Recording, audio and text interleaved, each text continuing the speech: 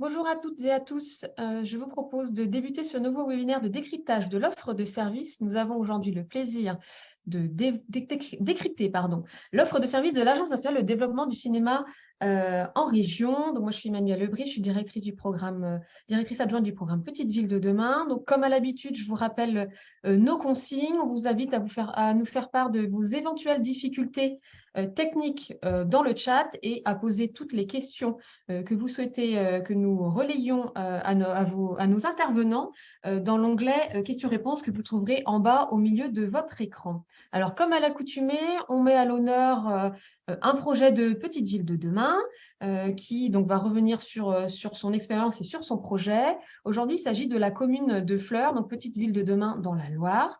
Nous accueillons donc aujourd'hui Monsieur Michel Perrard, donc, qui est président de l'Association forésienne du cinéma familial et culturel.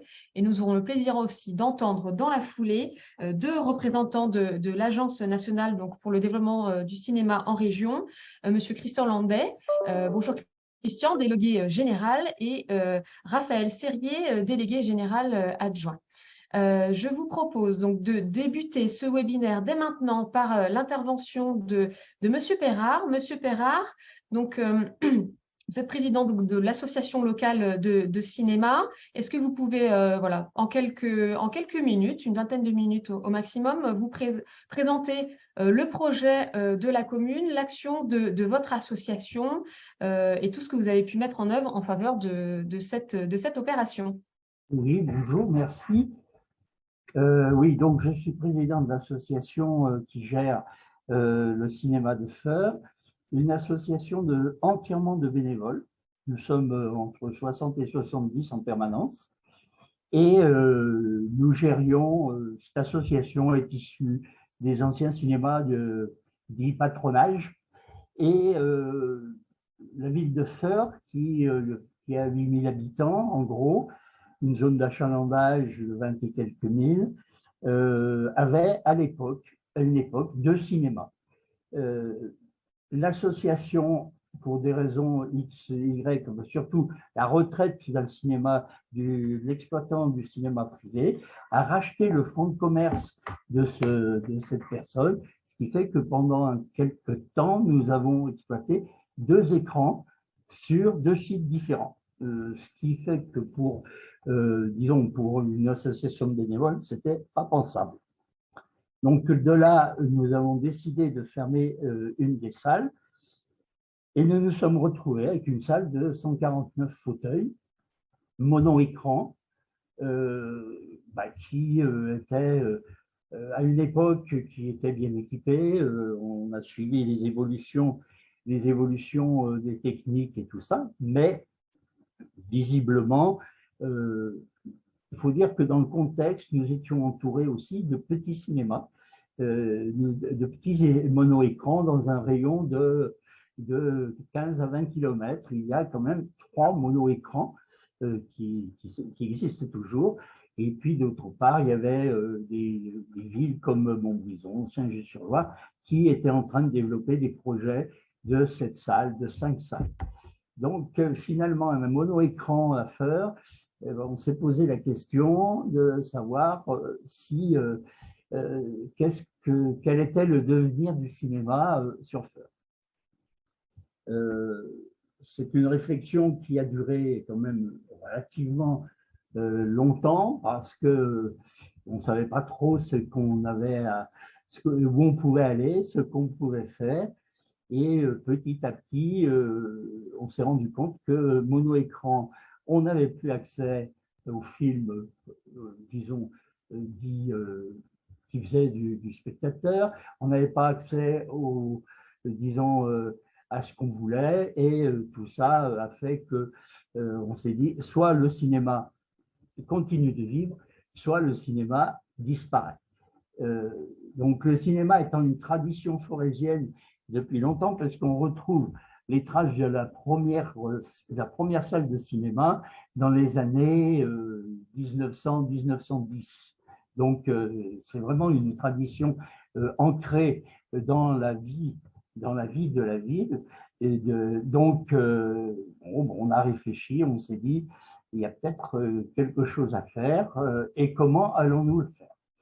Donc, nous n'étions pas propriétaires des murs. C'était un privé qui ne voulait pas du tout entendre parler de transformation à l'intérieur de ces murs. Ce qui fait que le dilemme était simple. Soit on végétait et il n'y avait plus de cinéma dans l'avenir de 5 à 6 ans, voire 10 ans, soit on prenait le taureau par les cornes et on se lançait dans quelque chose. Ça n'a pas été une décision facile à prendre parce que on était, comme toute association loi de 1901, on n'était pas là pour faire du bénéfice, donc on vivotait. Mais bon, n'en demeure pas moins que l'idée du projet, l'idée de faire quelque chose a mûri dans les esprits et a mis un temps important à mûrir parce que ça ne s'est pas fait du jour au lendemain. On voulait, en tant qu'association, garder notre indépendance dans la gestion parce qu'on pensait que, voilà, des mordus du cinéma, on ne voulait pas être, disons, trop dépendant d'une mairie parce qu'on aurait pu tout de suite dire, aller voir la mairie en leur disant, bon ben voilà, c'est où le cinéma continue et vous le prenez en charge, ou il arrête et puis point final. Donc, en fonction de ça, on a cogité. De notre côté, on a fait faire une étude de marché. Disons, on s'est entouré de professionnels. L'étude de marché nous a démontré qu'avec 8 000 habitants, 8 800, la communauté de communes, une grosse zone d'influence qui a été élargie, les 2 lycées, les 2 collèges, 3 écoles primaires, il y avait moyen de faire quelque chose, ce qui fait que l'étude de marché faisait ressortir qu'on pouvait, facilement, on pouvait se lancer dans un projet de 2 écrans, de 2 salles, en dessous des 300 spectateurs. Je ne vous expliquerai pas pourquoi, vous êtes tous au courant. Comme ça, bon, on pouvait, disons, on n'avait pas besoin de demander l'avis aux gens qui nous entouraient. Et donc, bon, on s'est lancé sur ce projet-là. Ce qui fait que, bon, il a fallu se dire, bon, c'était bien, on avait le projet, on avait l'idée en tête, mais bon, on ne pouvait pas y aller tout seul quand même. Donc, on est allé voir le maire de l'époque, Jean-Pierre Tête, et qui, dans un premier temps, n'a pas trop souscrit. Bon, le moment n'était pas venu. Enfin bon, au départ, avec monsieur l'avocat qui nous a fait l'étude de marché, en ressortant, il m'a dit, monsieur Perrin, votre projet, il n'est pas prêt de sortir. Vous voyez un peu, au départ, il y avait une certaine réticence. Et puis, bon, 3 mois après, 3 ou 4 mois après, je suis retourné le voir avec 2 ou 3 personnes de l'association, parce qu'on avait mûri notre projet et on avait cherché pour avoir où mettre ce cinéma. Parce que Feurs est une petite ville, il n'y a pas grand-chose à l'intérieur, il n'y a pas beaucoup de terrain disponible à l'intérieur. Vraiment dans le centre-ville, il n'y avait rien. Et il fallait trouver une solution disons, pour implanter ce cinéma, pas trop loin du centre, et dans disons, dans un environnement qui pouvait être intéressant pour tout le monde. Après avoir, disons, étudié le cadastre et tout ça, il s'avère que Feurs est une ville très sportive, où tout était orienté sur le sport à une époque, et a des complexes sportifs importants, une grande piscine, intérieur-extérieur, des stades, enfin bon. Et il s'avère qu'il y avait un morceau de terrain non loin de la piscine, disons même adjacent à la piscine, qui n'était pas utilisé. Et donc, fort de cela, on est allé voir le maire et on lui a dit, ben voilà, pour implanter notre cinéma, on pense que ce serait le meilleur endroit. On lui a démontré qu'il y avait la piscine, qu'il y avait la MJC, il y avait un des lycées, il y avait un des collèges.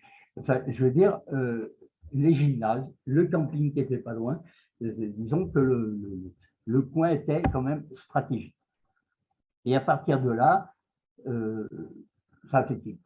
Ça a fait tilt et je n'ai qu'à me louer, moi, disons, de l'aide que nous a apporté la mairie. Nous sommes restés maîtres de notre projet. Pourquoi tout à l'heure, je vous ai dit qu'on voulait être indépendant. Pourquoi? Parce qu'on s'est dit, si on se lance dans un projet, il va falloir que passer, si c'est la mairie qui supporte le projet, il va falloir passer par les appels d'offres, tous les appels d'offres publics et tout ça. Et en restant à notre niveau, eh bien, on pouvait passer outre et se contenter d'appels d'offres restreints et éventuellement travailler avec les locaux. Je dois reconnaître que ça n'a pas été sans mal pour mener à bien le projet, disons, pour arriver à convaincre et à mettre en place le plan de financement. Arriver à convaincre déjà les instances du cinéma, le CNC, où notre projet a été retoqué 2 fois parce que une association, la loi 1901 qui se lance dans un projet comme ça paraissait un petit peu bizarre. Donc, il y avait toujours quelque chose pour, disons, pour arriver disons, à refuser le projet, jusqu'au jour où on a pris un petit peu le mot aux dents, où on a monté une délégation au CNC avec des arguments sur les organigrammes. On est monté avec le comptable, le maire, les gens 3 représentants du conseil d'administration de l'association, et de là, ça a fait tilt. Ils ont vu qu'on avait quand même du répondant, qu'on n'était pas une association de pêcheurs à la ligne. Et à partir de là, voilà, on a pu avoir des déblocages de crédit et disons que parallèlement à tout ça, on avait travaillé avec un architecte sur les projets, et les projets faisaient ressortir quand même, avec l'aide d'ailleurs de la DRC, hein, qui était venue, qui a regardé les plans, qui a fait rectifier un certain nombre de choses. Hein. Donc, il y a eu un accompagnement au niveau de la DRC. Et finalement, on est arrivé à un projet qui représentait quand même une dépense en gros de 2 millions d'euros. 2 millions d'euros pour une association, c'est pas mal. Donc, à partir de là, le plan de financement, comme je vous ai dit, on est allé au CNC qui nous a largement, disons, qui nous a donné des subventions, hein, puisqu'on a eu 450 000 € du CNC, plus les subventions, enfin les droits acquis et les avances de droits, donc ça représentait quand même une somme importante. La mairie, partie prenante, puisque c'était quand même quelque chose pour le développement de FEUR qui était important, nous a accordé 450 000 €, ce qui est pour une mairie de 8 800 habitants, ce qui est bien. Et la région, 150 000 €. Tout ça étant plafonné de par la loi qui existait à l'époque, où on ne pouvait pas avoir plus de 30 ou 35% de subvention. Donc, fort de cela, après, on s'est mis en chasse de trouver avec nos pauvres petits crédits, disons nos pauvres petits fonds qui nous restaient, on s'est mis en chasse pour faire un emprunt par rapport à une banque. C'était la bonne période, il y a eu mieux, mais il y a eu pire, et on est arrivé à emprunter globalement. Là, sur le PowerPoint, on voit apparaître 1 million d'euros. En gros, on a emprunté 900 000 et on avait un peu de fonds placés. Donc voilà, on fait, mais emprunter 1 million pour une association, c'est énorme. Donc là, on a eu la chance quand même, la mairie s'est portée caution à hauteur de 50% du prêt. Donc là, c'est vrai que c'était un soulagement. Et puis, bon, nous avons hypothéqué pour 50% le bâti. Donc, nous sommes maintenant, disons, une fois le plan de financement bouclé, on s'est dit qu'est-ce qu'on peut apporter de plus qu'un cinéma ordinaire. Et là, avec le conseil d'administration, on a pensé sur le confort et le confort, disons, sonore du cinéma. Et on s'est lancé un peu à l'aventure en faisant une cagnotte pour l'installation du son Atmos sur une des salles.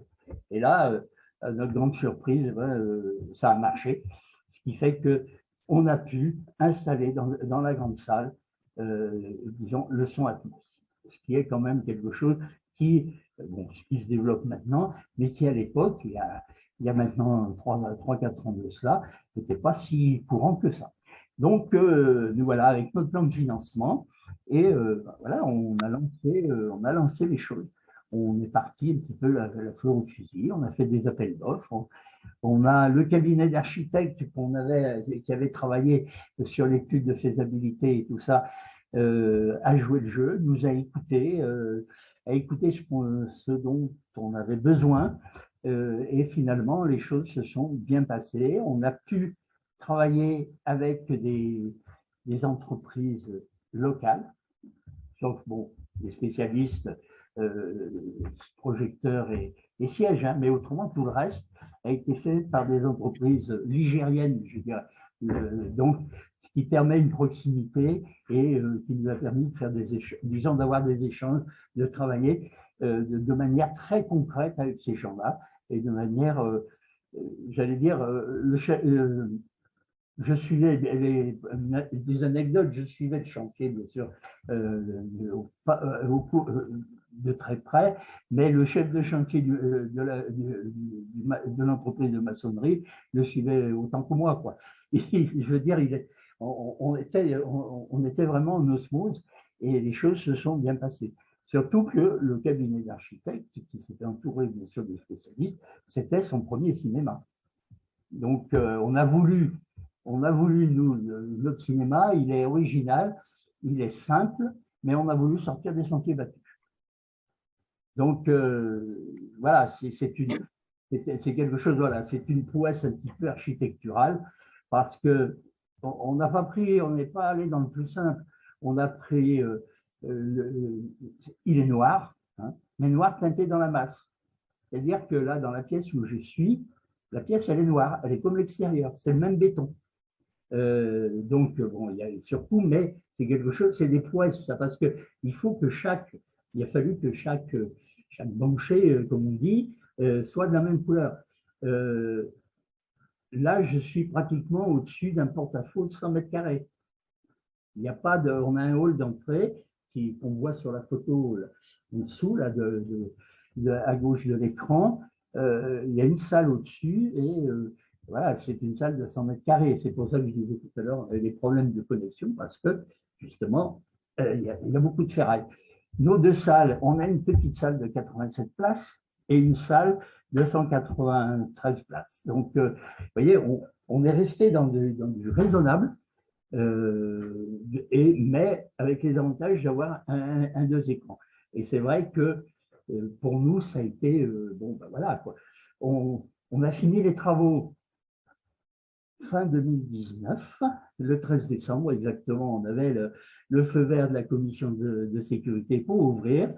Et ben, on a ouvert le 8 janvier, et je ne dis pas la suite, quoi, voilà, vous la connaissez tous. Ce qui fait qu'on ne s'était pas approprié du tout notre site, quoi. Mais je dois dire que c'est vraiment cette salle, c'est vraiment notre bébé, c'est quelque chose qui nous a tenu à cœur pendant tous les travaux et qui nous tient encore, disons qu'on peut le faire vivre, on a l'équipe des bénévoles qui est derrière moi et qui est une équipe qui en veut. Et ça, disons que bon, on voit les comment dire, les effets, parce que on est en 2022, on a fait plus de 48 000 spectateurs, quoi. Je veux dire, c'est quand même quelque chose, et 2023 s'annonce très bien. Donc voilà, disons que c'était quelque chose il y avait un besoin et qu'on a, disons, dont on est relativement fier. Et je vais terminer là, mon intervention. Je vais vous lire un passage que Jean-Pierre Tête, donc, qui était là à l'époque, donc l'élu, et disons que par rapport au projet, j'ai très vite apporté mon soutien à ce nouveau projet et j'ai souhaité que la municipalité s'implique financièrement à leur côté. En effet, Feur devait se doter d'un cinéma qui réponde aux attentes des passionnés de toute génération. Les bénévoles de Cinéfeur s'engagent d'une manière extrêmement forte et efficace dans la gestion de leur association. Il est important de conserver cet état d'esprit avec les bénévoles et donc une subvention d'investissement de 45 000 € et à hauteur, disons, c'était surtout après le théâtre du Forum, le Château du Palais, le nouveau cinéma est un atout supplémentaire pour l'offre de spectacles et de culture à Feur. Et c'est vrai que Feur, ça avait été sportif, il fallait que ça passe en phase culturelle. Et je pense qu'on a essayé d'apporter notre pierre à l'édifice. Je crois que c'est réussi. Merci, Monsieur Perrin. J'allais vous poser la question de la fréquentation, mais j'ai bien compris, 48 000 entrées en 2022, c'est ça? Oui. 48 000 entrées en 2022 et un début 2023 qui devrait nous permettre, alors bon, bien sûr, c'est toujours en fonction quand même des films qui sortent, mais qui devrait nous permettre de dépasser ce chiffre. Ok. Peut-être une question avant de donner la parole à nos amis de l'ADRC. Vous évoquiez le son Atmos. Alors, j'imagine qu'autour de la table, on n'est pas aussi experts que vous. Est-ce que vous pouvez en quelques mots nous dire ce que c'est? Le son Atmos, c'est l'immersion dans le son. C'est-à-dire qu'une salle de cinéma, il y a des haut-parleurs sur les côtés, derrière. Le son Atmos, il y en a aussi au plafond. Et le son Atmos, disons, vous plonge. Alors, tous les films ne sont pas en Atmos, mais le son Atmos vous plonge vraiment dans le son. C'est-à-dire que l'exemple typique, c'est que vous avez sur l'écran, vous voyez un oiseau à la gauche de l'écran qui prend son envol, vous l'entendez passer au-dessus de vous. Et il vient se poser sur la branche à droite. C'est vrai que c'est une technique qui est super intéressante. Alors, c'est vrai qu'on n'a pas pu tout faire. L'idéal aurait été qu'avec le son Atmos, on puisse mettre la projection laser. Mais bon, c'était encore, voilà quoi. Surtout qu'on avait un budget de 2 millions d'euros, en gros, on a tenu. On est resté dans les clous. On n'a pas eu de surcoût, de surcoût important. En fait, on est resté dans les clous, malgré quand même quelques surprises. Mais bon, chacun a joué le jeu, a essayé de trouver des solutions, d'où l'avantage de travailler avec des entreprises locales. Très clair, merci beaucoup. Messieurs de l'ADRC, je vais vous passer la parole maintenant pour voilà, que vous évoquiez l'accompagnement que vous proposez aux communes comme les petites villes de demain. Vous accompagnez les projets de modernisation, d'extension et de création de cinéma et donc vous apportez votre expertise auprès des collectivités qui en font en demande. Alors, il y a déjà plusieurs petites villes de demain qui ont pu en bénéficier et je crois savoir que 10 nouvelles études sont également en cours. Christian, Raphaël, je vous laisse la main pour présenter l'action de l'ADRC. Votre micro est coupé, Christian. Voilà. Bonjour à tous et à toutes. Je voulais juste compléter les propos de M. Perrard par rapport à son projet. Nous, quand nous sommes arrivés, les élus étaient déjà très convaincus et ont vraiment accompagné le projet. Faut préciser que il y a eu des questionnements puisque le cinéma quittait l'hyper centre-ville pour arriver sur ce deuxième pôle dans lequel il y avait effectivement des lycées, des activités sportives. Donc je pense que pour la commune et pour le maire de l'époque, c'était important que le cinéma s'additionne comme un vecteur effectivement d'animation de ce deuxième centre, d'une certaine façon. Et puis, comme l'a dit M. Perrin, le fait qu'il y ait des écoles ou un lycée à côté, c'est vraiment important parce qu'une salle de cinéma, c'est pas qu'un lieu qui diffuse des images et du son, c'est aussi un lieu d'éducation aux images. Et il faut que renouveler le public et faire que le jeune public puisse le fréquenter le plus vite possible. Et pourquoi pas, dès la sortie de l'école, d'aller tout de suite au cinéma. Donc voilà, pour créer des habitudes. J'ajouterais même pendant, parce que du fait qu'il n'y a pas de problème de transport ou autre, ils sont à côté, le public scolaire et lycéen représente pas loin de 10% de notre fréquentation. Oui, oui, tout à fait. Et puis, il y a eu un fort soutien de la collectivité. Je me souviens qu'on s'était questionné ensemble sur les niveaux de subvention possibles. On avait échangé directement avec le maire sur ce point-là. Et le fait qu'à la fois ils investissent, enfin, ils interviennent sur l'investissement et en même temps dans du fonctionnement dans le cadre de la loi Sueur et du cautionnement de l'emprunt, évidemment, c'était un point fort pour l'association. Parce que les difficultés dont parlait M. Perrin, c'est aussi qu'on a malgré tout une association qui investit 1 million d'euros sur un projet en gros de 2 millions d'euros. Donc forcément, il y avait des inquiétudes, non pas sur les qualités du projet culturel développé, de diffusion cinématographique développé par l'association, mais plutôt ont-ils les reins assez solides pour tenir un emprunt d'1 million d'euros qui fait près de 50% d'investissement. Les interrogations étaient plutôt de ce côté-là. Et donc, l'appui de la collectivité a été vraiment totalement essentiel. Voilà. Alors, peut-être un petit propos liminaire sur la présentation de notre structure. Nous fêtons nos 40 ans. Nous sommes nés en mars 1983. C'est pour nous une année importante. Nous avons été créés à un moment de crise. On parle beaucoup aujourd'hui de l'après-crise sanitaire, mais le cinéma a toujours vécu des crises qui sont souvent liées à des mutations, que ce soit des mutations sociales ou des mutations techniques ou financières. Et nous avons été créés au début des années 83, où l'État a mis en place des politiques publiques de soutien aux salles de cinéma.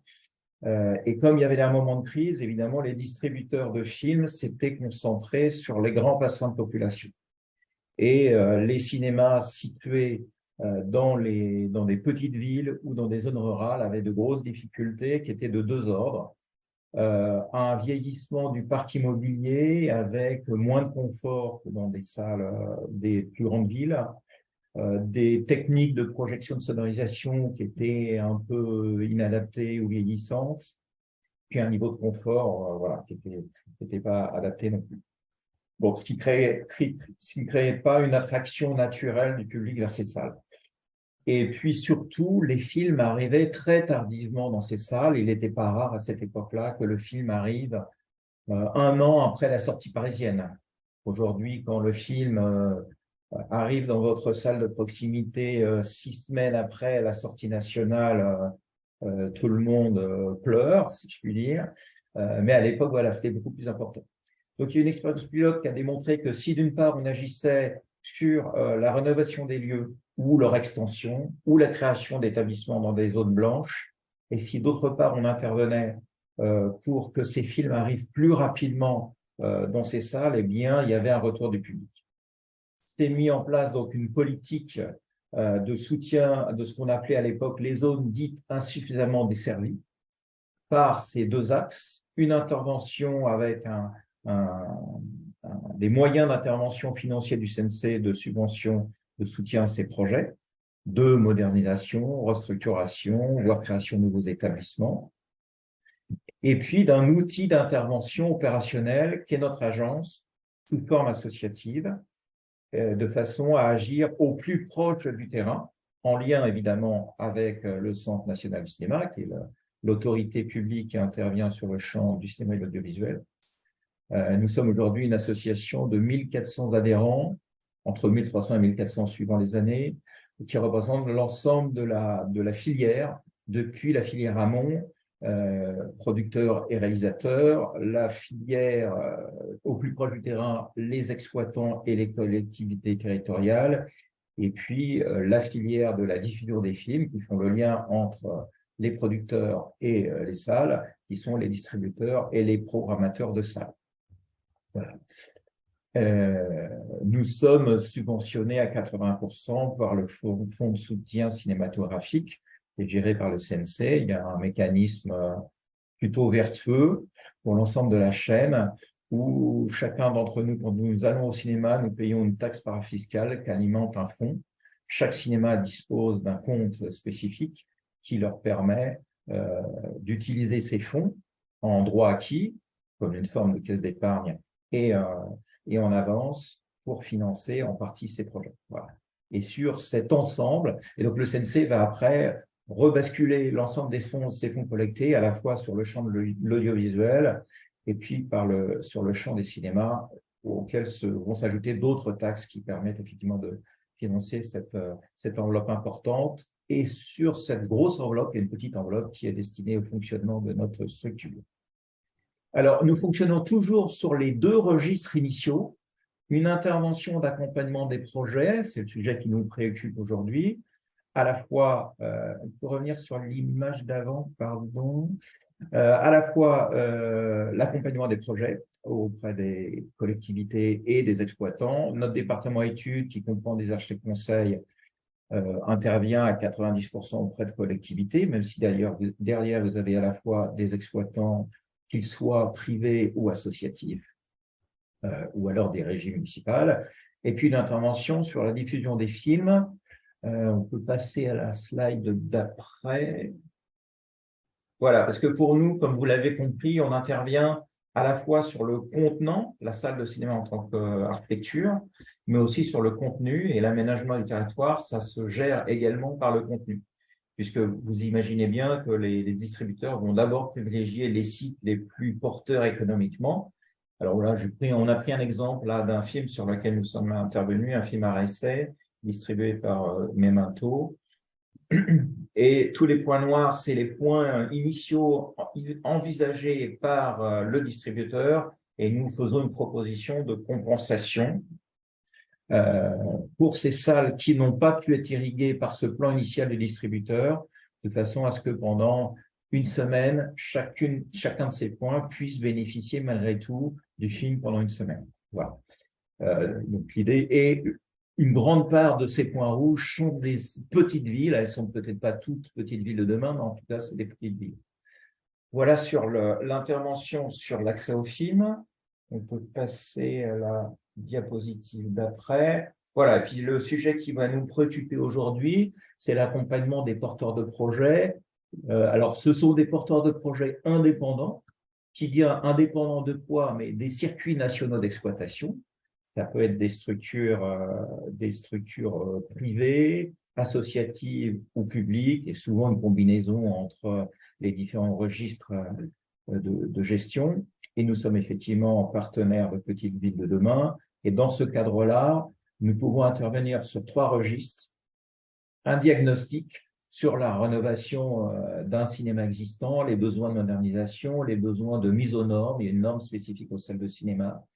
Un bilan un peu global, c'est une photographie de l'établissement et des axes sur lesquels il est possible de travailler. Nous, on ne fait pas du tout de maîtrise d'œuvre, donc c'est vraiment du travail en amont.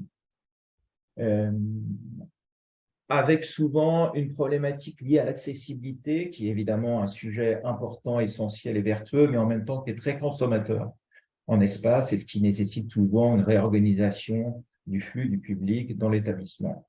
Quand il s'agit de projets plus conséquents, des études de faisabilité, notamment s'il s'agit, comme à Feur, de créer un écran supplémentaire. C'est vraiment un sujet important sur tous les cinémas des petites villes, parce qu'après le numérique, les années 2010, beaucoup plus de films ont été produits et avec des exigences plus importantes des distributeurs, avec un nombre de séances exigées pour obtenir le film qui est plus important.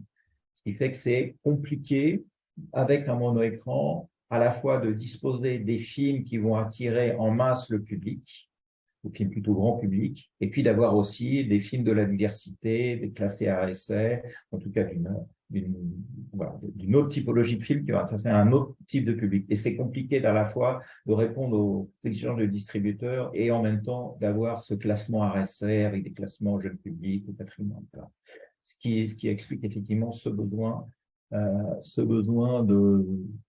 d'accompagnement pour créer des écrans supplémentaires qui sont quelquefois possibles sur site ou comme à faire en se déplaçant sur un autre site.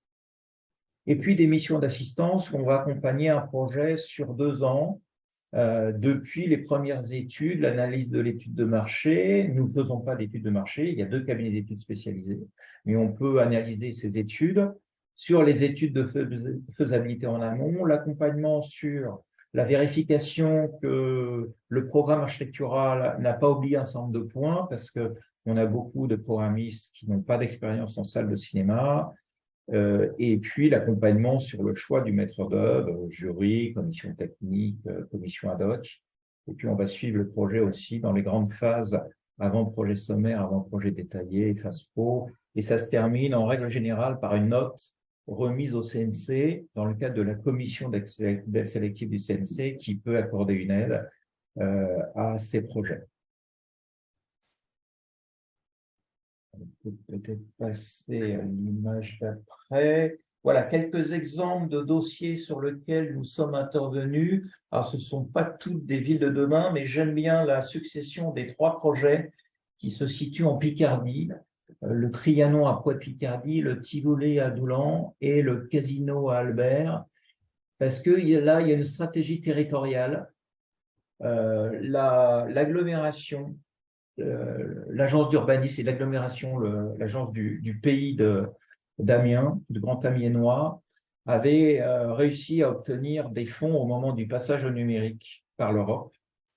Et leur idée, ils mettaient en place leur schéma de cohérence territoriale, c'était d'intervenir aussi sur les communes rurales de la périphérie de l'agglomération, avec notamment ces 3 villes qui disposaient de salles de cinéma, avec l'idée qu'il y ait une mise en réseau de ces salles. On sait que ces salles de proximité doivent forcément se mettre en réseau pour être plus forts, parce que ce sont des petits points. Économiquement, ils sont faibles vis-à-vis de la négociation des distributeurs. S'ils veulent mettre en place des stratégies d'animation, et c'est un sujet évidemment tout à fait essentiel, ils ont besoin de se réunir. Il y a dans certains territoires des associations qui réunissent ces salles, mais pas toujours. Et là, l'idée, c'était d'avoir à la fois un projet un peu structuré sur ces 3 sites, un projet culturel commun, ça a été présenté ainsi au CNC, avec un groupement de commandes, un même architecte qui est intervenu sur ces 3 établissements à la demande de chacune des communautés de communes. Et avec, alors après, chacune des communes a repris la gestion du projet. Donc, le Trianon à Poix-de-Picardie, il s'agissait d'une réhabilitation globale, d'une extension avec un espace d'accueil. Et c'est évidemment important aujourd'hui, on voit bien que le retour du public il s'opère aussi par l'animation. Projeter simplement des films, aujourd'hui, ça ne suffit plus. Donc, pour mener ces actions d'animation, pour avoir des actions périphériques d'éducation à l'image avec les enfants notamment, on a besoin d'espaces d'accueil qui soient adaptés. Doulan, il n'y avait pas d'espace d'accueil. Vous voyez que c'est un bâtiment qui, évidemment, n'était pas un cinéma, qui était un bâtiment rural en cœur de ville. Et donc là, l'objectif, ça a été à la fois d'assurer une réhabilitation de la salle et en même temps de construire un véritable espace d'accueil pour cette petite salle. Et puis, le Casino à Albert, au cours du projet, ils ont découvert que la salle historique, le casino, qui était devenu un bazar, était à vendre. Et donc, la commune a racheté le fonds. Ils étaient propriétaires, je pense, des murs.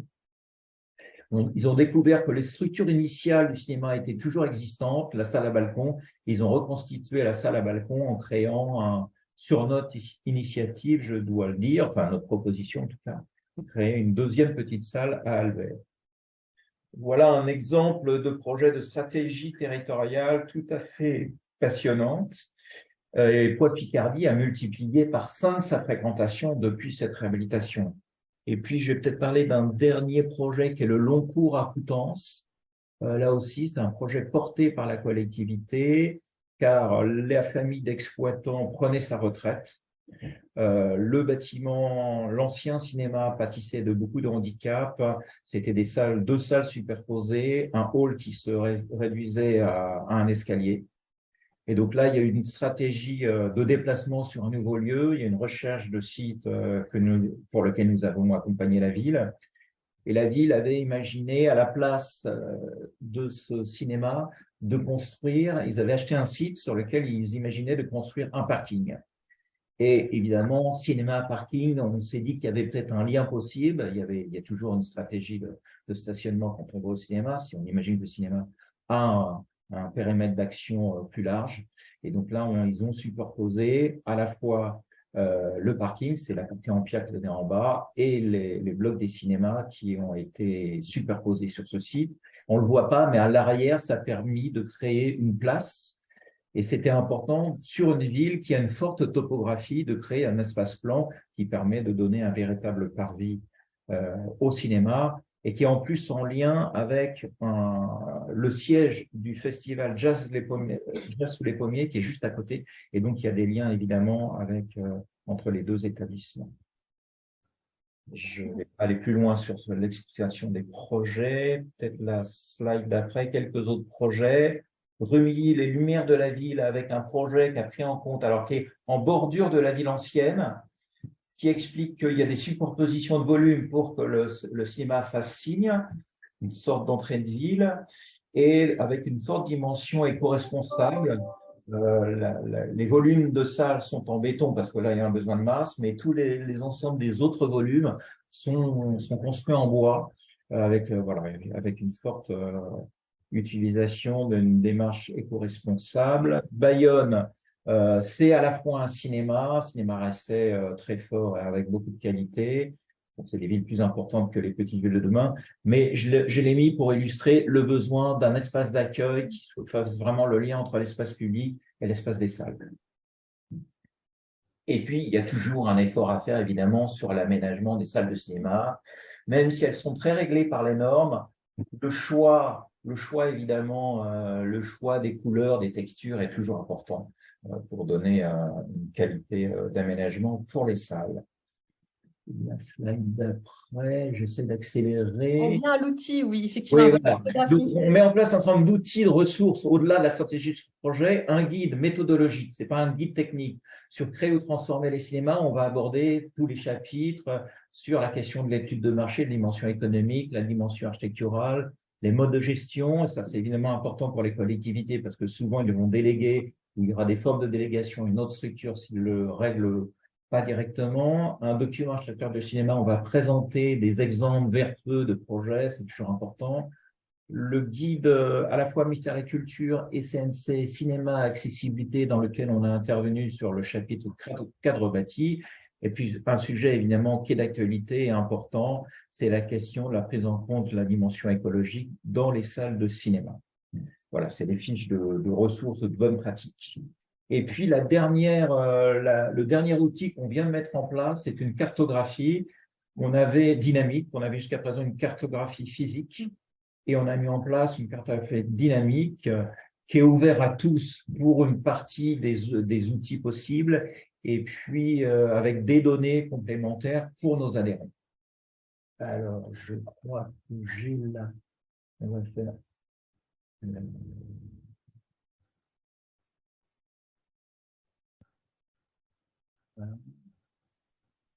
Vous allez pouvoir partager votre écran. Voilà, parfait. Est-ce que la carte apparaît? Oui, très bien. Voilà.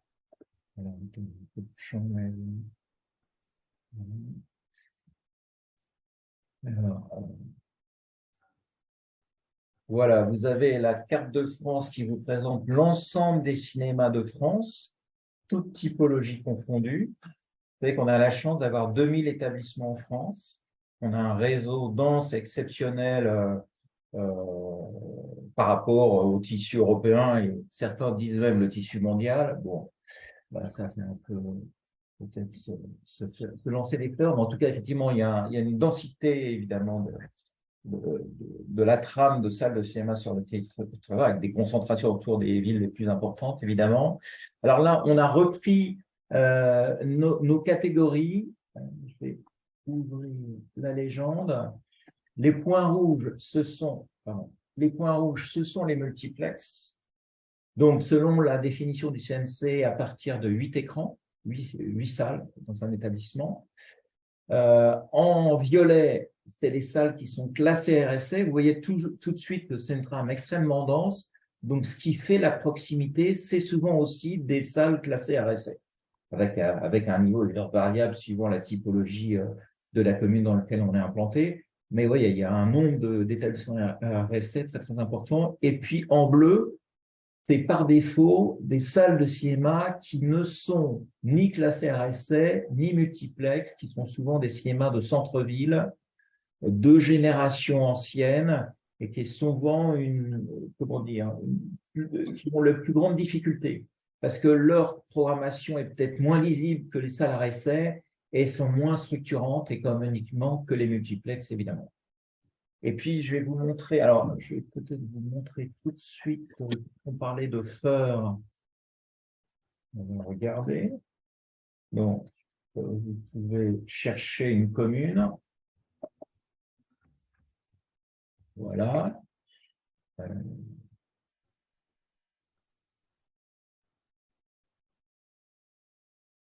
Ouais, ça permet de situer aussi la commune de Feur. Vous voyez qu'il y a d'autres salles associatives à proximité. Il y a une forte implication associative sur ce département. Et quand vous cliquez sur la fiche, sur le point, vous avez un certain nombre de données qui vont apparaître, le nom de la commune, le nombre d'écrans, le nombre d'habitants, le nombre d'entrées. Par rapport à 2021, c'est les données de 2021. Là, on va bientôt, au mois de mai, réinjecter les données de 2022. Et puis, quand vous cliquez sur les détails, sur la gauche, il y a beaucoup plus de données d'informations, la question de la commune, de l'unité urbaine, le numéro d'ADRC. Est-ce que cette commune fait partie d'un dispositif de l'ALCT, donc c'est bien une petite ville de demain.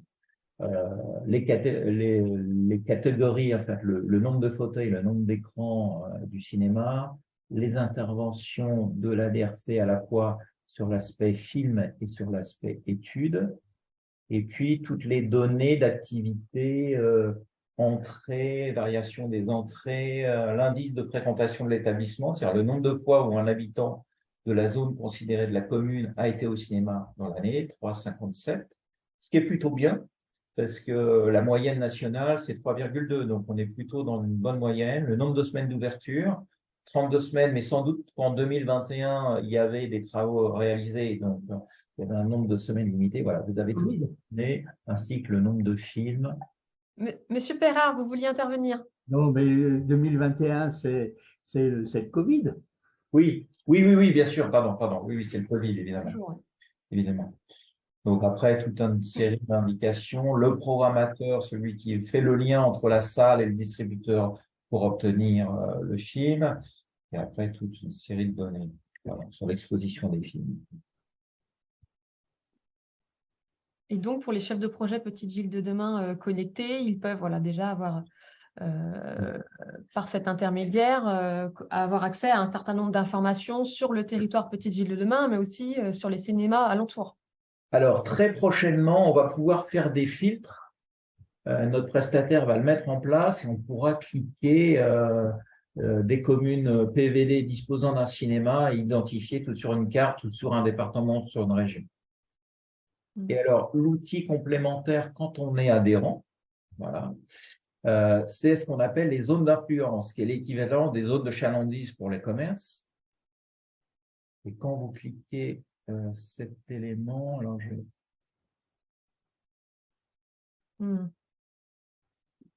Alors, c'est une zone d'influence automatique par rapport à un ensemble de critères. Une étude de marché, un cabinet d'études de marché fera quelque chose de beaucoup plus fin parce qu'il analysera les taux de fuite vers un autre territoire. S'il y a une rupture, je sais pas, il y a une rivière qui passe qui fait que ça limite la fréquentation ou les éléments de transport. Vous avez ici sur la gauche dans la légende les critères que nous avons pris en compte. Pour les établissements de 1 à 2 écrans, la zone primaire, donc cette zone ici initiale autour de la commune, est d'environ 10 minutes de trajet, puis 15 minutes pour la trame secondaire, la zone secondaire. Ensuite, si c'est un 3 écrans, 10 minutes, 20 minutes. Si c'est un 4 à 7 écrans, 15 minutes et 25 minutes, 8 écrans, voilà, ça prend plus évidemment, puisque la multiplex aura plus de capacité d'attraction qu'une salle de proximité. Alors ça, c'est relativement intéressant. Et ce qui est intéressant, c'est de voir que, par exemple, Bohain-sur-Lignon, qui réfléchit à avoir peut-être un écran supplémentaire, permet de voir aussi quelle est sa zone d'influence et quelles sont les zones de recouvrement entre les deux zones d'influence. De la même façon que Panissière, qui est ici juste à l'est, c'est pareil, on va voir que là, il y a des recouvrements assez importants sur les zones secondaires entre les deux cinémas. Et Balbini qui est là, c'est pareil. Hein. Oui. Monsieur Perrard, je vous donnerais bien la parole pour relayer une question qui nous a été posée. Vous évoquiez que 10% de la fréquentation du cinéma étaient des scolaires, mais est-ce que plus généralement, vous avez des partenariats avec les structures culturelles et éducatives? Est-ce que également vous avez des relations particulières avec la sphère économique et par exemple les commerces? Est-ce que vous avez des accords ou des réductions de place pour toute consommation dans les services locaux? On essaye petit à petit de mettre ça en place. C'est quelque chose qu'on va développer. Disons que pour le moment, c'est pas, on a une expérience ou deux qui ne sont pas très concluantes pour l'instant, mais parce que bon, il fallait que le cinéma prenne aussi ses marques, quoi. On n'était pas. Mais c'est vrai qu'on y réfléchit. C'est quelque chose qui peut-être va se développer.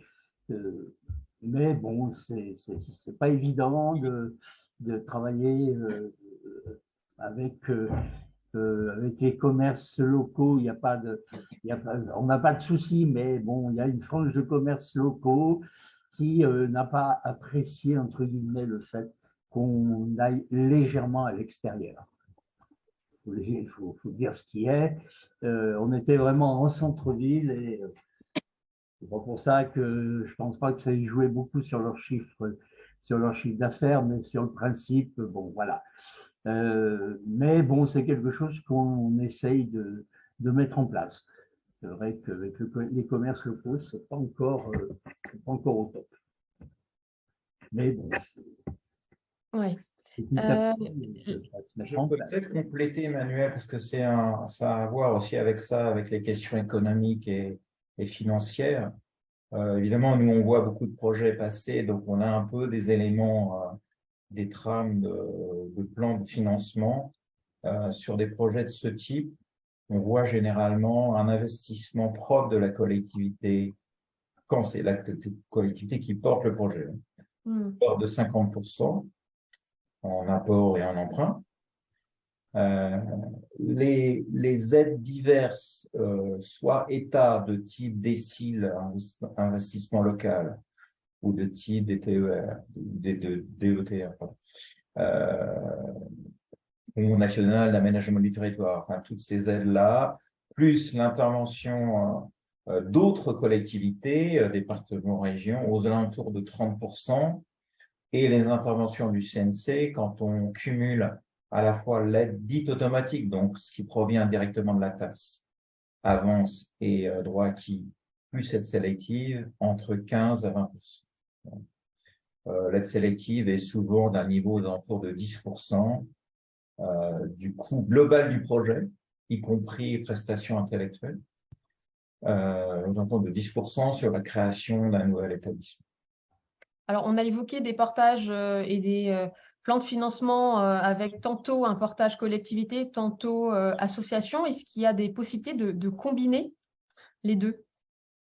Oui, alors l'intervention du CNC elle se fait auprès du propriétaire du fonds de commerce ou l'équivalent du propriétaire du fonds de commerce. Donc, quand la collectivité est dans le cadre d'une DSP, par exemple, elle a effectivement des droits sur le fonds de commerce. Et donc, elle peut obtenir une aide du CNC ainsi que la structure qui est délégataire. Si la ville n'est que propriétaire des murs, elle n'aura pas droit à d'aide du CNC. C'est l'exploitant qui pourra obtenir une aide du CNC. Alors, quelquefois, on a des montages où en fait la collectivité va aller chercher toutes les aides possibles, État et autres collectivités, sur le bâti, sur la coque nue, et l'exploitant ira chercher du côté du CNC les aides possibles. Merci Christian. Dans les quelques minutes qui nous restent, j'aimerais revenir, si vous en êtes d'accord, messieurs, sur l'importance et les conséquences d'un passage de 1 à 2 salles. Alors, ça a été évoqué par Monsieur Perrin avec l'effet multiplicateur et d'accès plus facile ou de mobilisation plus facile de sortie nationale dans les territoires. Est-ce que vous pouvez revenir un petit peu sur l'effet levier de cette seconde salle? Peut-être Raphaël peut à ce moment-là intervenir. Avec plaisir, merci. Bon, tout d'abord, je voudrais dire que c'est toujours très enthousiasmant pour nous d'entendre des élus prendre à bras le corps l'envie de cinéma de leurs citoyens. Ça fait très plaisir et ça nous encourage à les accompagner. Alors, justement, au-delà du bâti, ce que fait la DRC, et Christian avait évoqué cet aspect des choses en propos liminaire, c'est également accompagner la programmation. Donc, une fois que les travaux sont faits, éventuellement travaux d'agrandissement, on ne laisse personne en rase campagne, mais on continue d'accompagner dans la programmation et dans les discussions qui sont parfois un peu difficiles. Si on n'était pas là avec les distributeurs, tous les exploitants qui ne se sentiraient pas complètement rassurés par rapport à toutes les négociations sur les films. Il y a de plus en plus de films. Aujourd'hui, on est dans un rapport de force où les films ont de plus en plus de mal d'exister sur les écrans. Et donc ça, à mon sens, à notre sens, ça justifierait l'existence de plusieurs cinémas qui ont la capacité de s'agrandir parce que il s'agit pas simplement d'aller au cinéma, il s'agit pour tous les citoyens cinéphiles de France et de tous les territoires d'aller voir un film en particulier, le film qu'ils ont envie de voir. Et il y a un tel matraquage, un tel engouement, pour le dire plus positivement, par rapport à tout ce que la création cinématographique met à notre disposition, qu'il est tout à fait envisageable que dans une même zone qui apparemment est une zone de chalandise avec de la concurrence, on ait au contraire une cohabitation tout à fait positive avec des différences éditoriales qui permettent à plusieurs cinémas proches de cohabiter en parfaite entente et en bonne intelligence. C'est idéalement comme cela qu'on conçoit les choses. Donc, évidemment, le CNC, dans les aides et dans l'instruction des dossiers qu'il fait, a ça en tête. Et donc, il va pas vous laisser foncer dans le mur si tel était le cas, bien au contraire. Nous également, on anticipe les choses, on vous accompagne dans les missions qui sont dites d'architecture. On a quand même un aspect et une pertinence par rapport à la programmation qui pourrait être faite. Et donc, c'est aussi un aspect des choses qu'on écoute et sur lequel on conseille. Et moi, je pense que tout ça, ça doit pouvoir vous encourager à faire ce passage qui peut être un peu anxiogène de 1 à 2 écrans. Oui, alors je rajoute une chose, c'est qu'effectivement, il y a plus de films, donc avoir plus de salles, ça permet d'avoir forcément plus d'offres et d'attirer plus de public, et c'est souvent aussi un vecteur d'avoir plus de fréquentation, donc une économie plus stable, et puis surtout, il y a une dimension d'exposition des films. Quand on est à un mono-écran, si on veut avoir une grande diversité, c'est-à-dire que les films vont passer peu de temps. Alors que si on a plus d'écrans, on pourra mieux les exposer, on va mieux traiter les titres et sans doute on sera mieux apprécié par les distributeurs. parce qu'on aura bien travaillé leur film vis-à-vis du public. Donc ça, c'est un sujet évidemment assez essentiel. Et je dirais presque indépendamment de la fréquentation, parce qu'on voit que dans un certain nombre de cas, il y a des établissements qui agrandissent leur nombre d'écrans. C'est pas tellement qu'ils vont progresser, ils vont progresser un peu, mais à 10 ou à 15%. Mais c'est surtout qu'ils vont mieux travailler les films, ils auront une plus grande capacité à faire aussi des liens entre la grande salle et la petite salle, parce que forcément, le film, quand il arrive en première, en deuxième semaine, il y a un attrait fort, et puis après, ça va forcément se régresser. Donc là, il y a une grande souplesse de travail, de programmation entre les deux salles ou entre les trois salles. Merci beaucoup, Raphaël et Christian. Monsieur Perrin, est-ce que vous voulez dire un dernier mot avant qu'on conclue? Pour rebondir sur ce que M. Landais vient de dire, et c'est vrai que 2 écrans permettent aussi de travailler, de mieux travailler au niveau de l'art et essai et des patrimoines, et des films du patrimoine, des choses comme ça. On peut se permettre d'offrir pour les cinéphiles un peu avertis un certain nombre de films dans la petite salle, par exemple, voilà, sans que les autres films soient disons, exclusés. Très clair. Merci beaucoup, messieurs. Vos interventions suscitent encore quelques questions auxquelles nous ne pourrons malheureusement pas répondre là maintenant. Si on Emmanuel, vous permettrez que je dise juste un petit mot? Un petit mot, allez-y. Un petit mot, voilà. Juste au-delà des 2 écrans ou des 3 écrans, c'est la question de l'espace d'accueil qui est essentielle pour nous. Parce qu'évidemment, dans des cinémas historiques, créer un 2e écran, souvent, ça a pour conséquence de réduire l'espace d'accueil. L'espace d'accueil, il est essentiel parce que d'abord, c'est la première relation du public et de la salle. Et puis, c'est le lieu dans lequel on va développer des actions d'animation. On sait qu'aujourd'hui, l'animation des salles, elle est tout à fait essentielle pour qu'il y ait une relation, on va dire, intime entre le public et la salle. Merci beaucoup. Christian, je veux bien que vous départagiez l'écran afin qu'on puisse mettre en évidence nos derniers événements. En tout cas, merci messieurs pour ces questions. On ne peut qu'inviter les dernières personnes qui n'auraient pas eu de réponse à vous contacter. On a mis toutes les coordonnées et l'offre de service de la DRC dans le chat. Nous, de notre côté, on se retrouve très bientôt pour d'autres événements et d'autres décryptages. Mais surtout, on a hâte de pouvoir vous retrouver mesdames et messieurs les élus et chefs de projet Petite Ville de demain dans le cadre de l'ANC Tour, puisque l'ANCT organise un grand événement dans lequel le programme Petite Ville de demain aura toute sa place, puisque nous organisons le matin des rencontres nationales et nous proposons aussi aux élus et aux chefs de projet un atelier sur la fresque du climat pour inviter les acteurs locaux à agir, comprendre et agir à leur échelle en matière d'adaptation au changement climatique.